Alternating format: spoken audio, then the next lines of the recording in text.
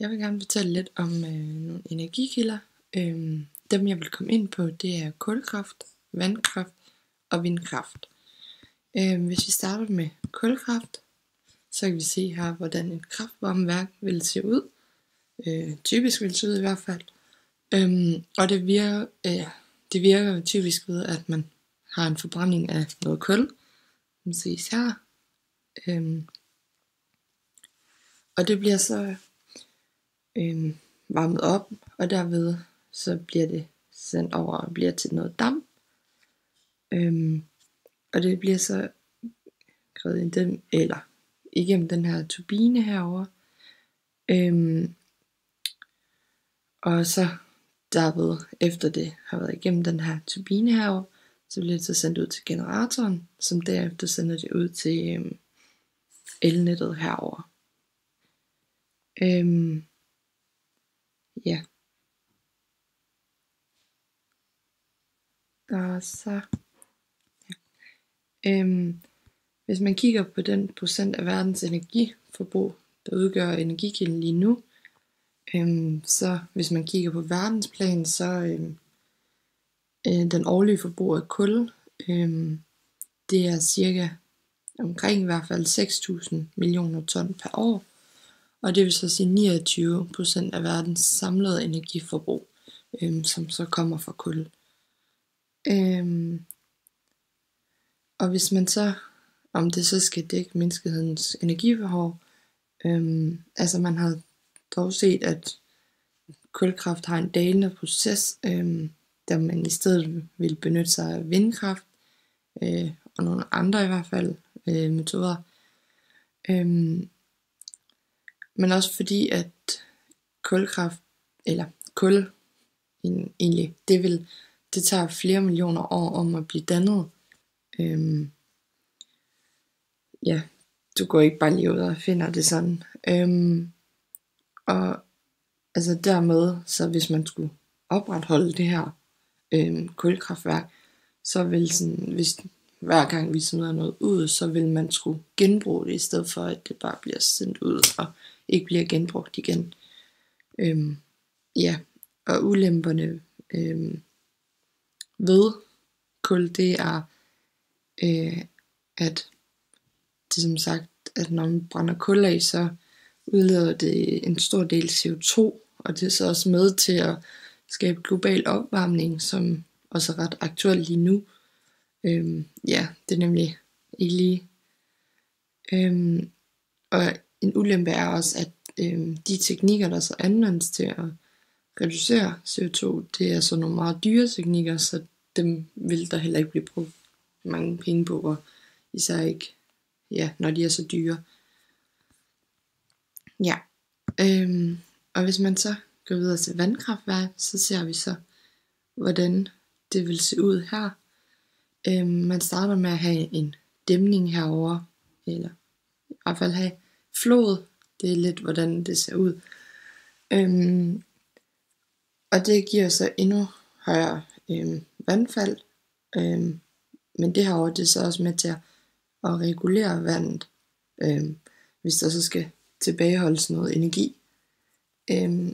Og vand, det kan så heldigvis oplæres og gemmes til, når der er virkelig brug for el.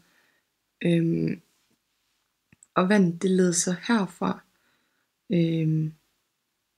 igennem nogle tunneller her, som er gravet ned ud til et lavere niveau,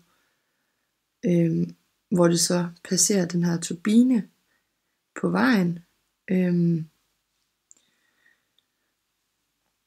Og når det så, altså det her nede, det vil så blive lagret til senere brug.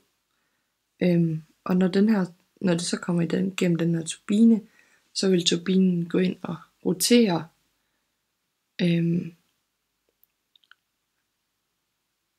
Og så vil man gå op i den her generator, som så omdanner turbinens roterende bevægelser til elektrisk energi, som bagefter sendes op i transformeren, så transformeren den regulerer spændingen, og som så passer til at blive sendt ud til elnettet.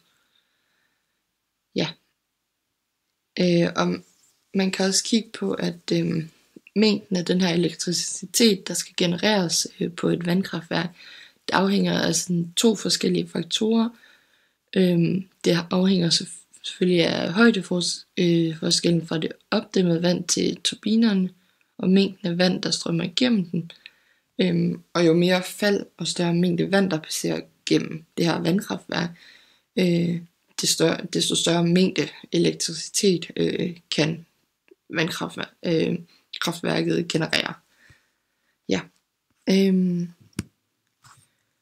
Og hvor mange procent energiforbruget så udgør lige nu, det er med vandkraft, så er det den dækker cirka 17% af verdens elforbrug, eller cirka 7% af, det vil sige 7% af, 7% af energiforbruget. Ja. Og hvorvidt det så skal dække menneskers energibehov, altså der er en fordel ved, at en stor del af kloden, den ligesom består af meget vand, og at de her vandkraftværker, de kan oplære vand, så man i perioder, hvor man ikke lige har så meget strøm, så vil man kunne gå ind og benytte det her vandkraftværk, som så kan producere, fordi det har oplært det her vand, som så vil kunne generere mere strøm. Det er så også en fordel, at det så ikke udleder CO2, og der vil det så være en god måde at dække energibehovet. Ja. Og hvis man så, selvfølgelig så er der så også nogle ulemper ved vandkraft, og det er, man går ind og angriber et landskab-agtigt, og man påvirker også økosystemerne i de her vandløb, hvor man går ind og bygger det her vandkraftværk. Og så er det også nogle store investeringer i de her vandkraftværker, fordi det er dyrt at bygge et vandkraftværk. Ja.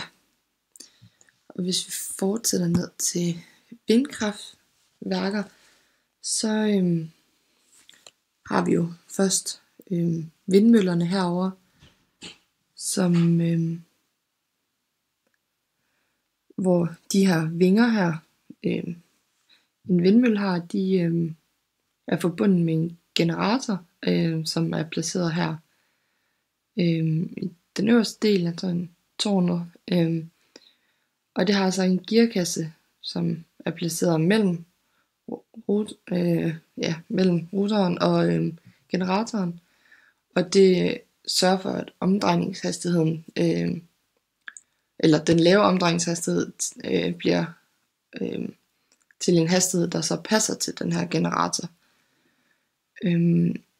Og man kan så sige, at det her kraftværk her, det har så også et automatisk system, som holder vindmøllen rettet op mod vinden. Altså, det vil sige, at man kan udnytte de her vindmøller på en ret god måde ved, at man kan dreje dem i den retning, hvor vinden kommer fra, hvilket også er ret vigtigt, fordi det oftest ikke blæser så meget, så vil man kunne dreje den i den retning, som lige er der, hvor vinden er.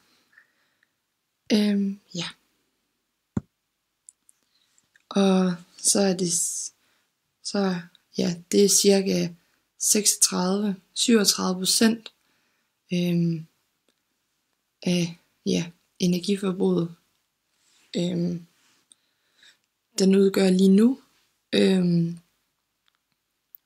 Og så om man vil have, at det skal, eller om det skal så dække behovet. Altså, der er ikke den store sådan, ønske omkring det her, eller mere fordi, at det kræver, at det ofte blæser. Altså, også fordi de her vindmøller, de kan ikke oplære det her. Så derfor vil det være en dårlig måde at bruge det her på, fordi det ikke blæser så meget. Så hver gang der kommer et stød, så vil den så skulle oplære det, hvis det var. fordi det oftest ikke blæser sådan naturligt hele tiden-agtigt. Og man taber selvfølgelig også effekten på det. Og en ting man også skal tænke på, det er, at det er vigtigt, at man ligger det, eller man stiller vindmøllerne et fladt sted, eller det er i hvert fald en god mulighed, eller en god idé at gøre det, fordi at hvis du stiller den bag et højt bjerg eller nogle bygninger, så påvirker det jo selvfølgelig, hvordan vinden rammer vingerne, og dermed, hvis de så ikke roterer, så vil der ikke blive den her energi.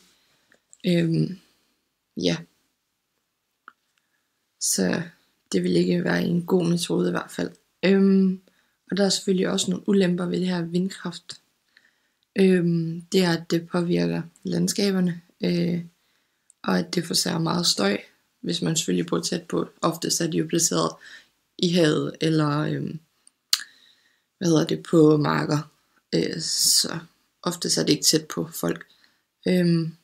Og det afhænger selvfølgelig, som sagt, af at det skal blæse ofte, ellers så vil man ikke få meget ud af det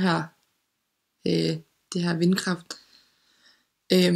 Og det er selvfølgelig også ret dyrt at investere i, eller det her, da vindmøller er dyre generelt, og det kræver meget at skulle sætte dem også op, også at når man skal sætte dem ud i vandet, så vil der skulle være en masse kabler til, og når man skal reparere dem, så skal man have en masse ting derud, og både, og det vil være dyrt.